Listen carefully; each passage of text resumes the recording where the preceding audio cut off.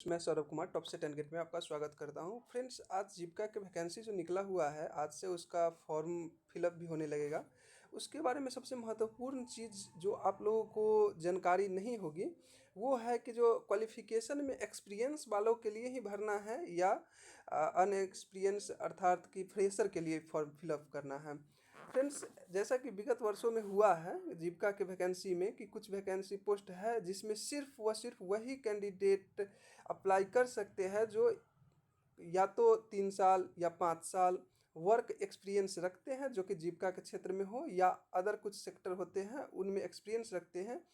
वही मैं बताऊंगा कि कौन से सेक्टर के इसमें एलिजिबल और होते थे पहले, और लेकिन इस बार मेंशन नहीं किया गया है। बहुत बड़ा लोचा ये है, कन्फ्यूजन पे कन्फ्यूजन ये किया जा रहा है, क्योंकि हम आपको दिखाएंगे कि कैसे बता रहे हैं। और पिछली बार की वैकेंसी में एक्सपीरियंस वालों को ही वो पोस्ट के लिए एलिजिबल होते, लेकिन इस बार ऐसा नहीं किया गया है। देख लेते हैं कि किस पोस्ट के लिए एलिजिबल की बात हम कर रहे हैं। तो चलिए फ्रेंड्स, हम जैसे आप लोगों को मालूम होगा कि जो जो जो वैकेंसी निकली है, वीडियो मेरा तो आप देखे होइएगा। देखिए फ्रेंड्स, पहले की बात हम करते हैं। तो पहले जो है बीपीएम की जो पोस्ट निकलता था, बीपीएम का ब्लॉक प्रोजेक्ट मैनेजर का, इसमें एक्सपीरियंस वाले लोग ही फॉर्म फिलअप कर सकते थे।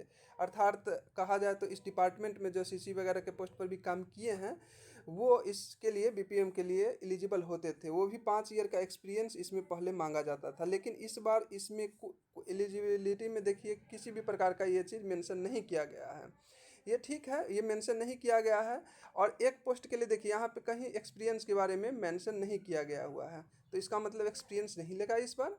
हो सकता है नहीं भी ले, लेकिन चलिए हम आगे। अब एक पोस्ट है जो सीसी का पोस्ट है, उसमें भी आप देख लीजिए कि इसमें क्या लोचा किया हुआ है।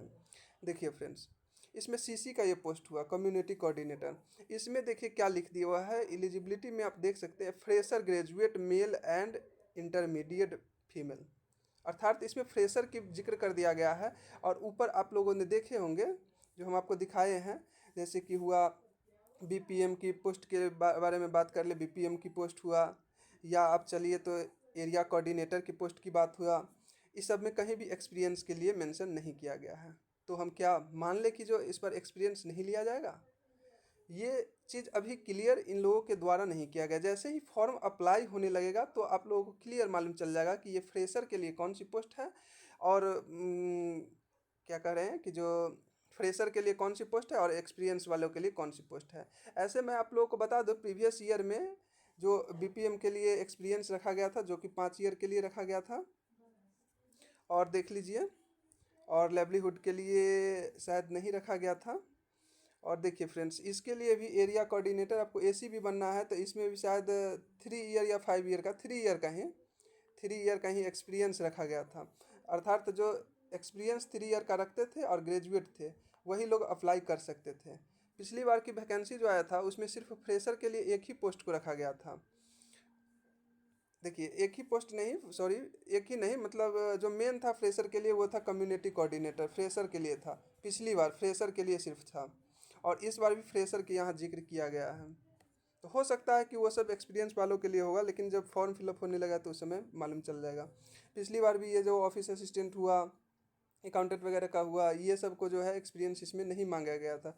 तो फ्रेंड्स, आप ये तो क्लियर हो गया यहाँ से कि जो होगा या नहीं होगा। लेकिन अगर मेरी मत की बात करें तो हमें लगता है यहाँ मेंशन नहीं किया गया है कहीं पर एक्सपीरियंस के बारे में। लेकिन देखिए फ्रेंड्स, यहाँ जो है कम्युनिटी कोऑर्डिनेटर में यहाँ पर फ्रेशर की जिक्र कर दिया हुआ है, अर्थात किसी में नहीं है एक्सपीरियंस के बारे में, और यहाँ फ्रेशर लिख दिया हुआ है। अर्थात क्या, इसका मायने तो यही होता है कि जो कम्युनिटी कोऑर्डिनेटर के लिए फ्रेशर एलिजिबल है और उस सब के लिए नहीं है। ये भी हो सकता है, लेकिन ऐसे कहना तो तुक्का की बात हो गया।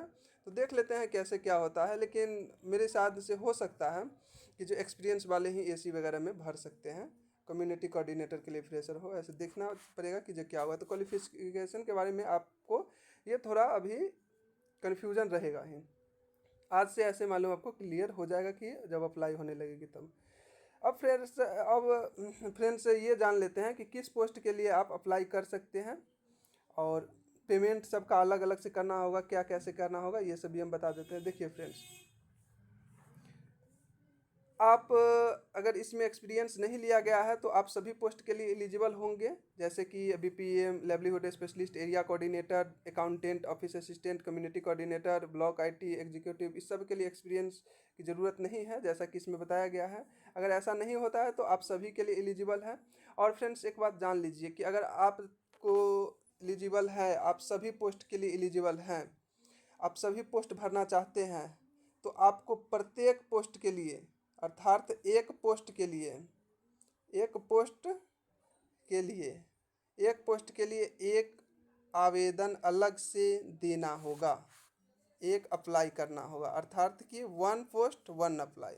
अगर आप 5 पोस्ट के लिए अप्लाई करना चाह रहे हैं, जैसे कि अकाउंटेंट हो गया, लाइवलीहुड स्पेशलिस्ट हो गया, सीसी हो गया, एसी हो गया, अकाउंटेंट हो गया, ये सब मिलाकर 5 पोस्ट के लिए करना चाहते हैं तो आपको 5 अप्लाई करना होगा। सभी का अलग अलग फ्रेश फ्रेश अप्लाई करना होगा, 5 5 अप्लाई करना होगा, अर्थात एक पोस्ट के लिए एक अप्लाई करना होगा 5 पोस्ट को। उसी तरह पेमेंट की बात कर ले तो अगर आप एक पोस्ट के लिए अप्लाई करते हैं तो आपको एक पेमेंट लगेगा, अगर 5 पोस्ट करते हैं तो आपको अलग अलग 5 पेमेंट पे करना होगा। आप लोग अपनी एलिजिबल के अनुसार आप चाहे तो सभी पोस्ट में अप्लाई कर सकते हैं, इसके लिए यहाँ पर छूट दी गई है कि आप सभी पोस्ट के लिए अप्लाई कर सकते हैं।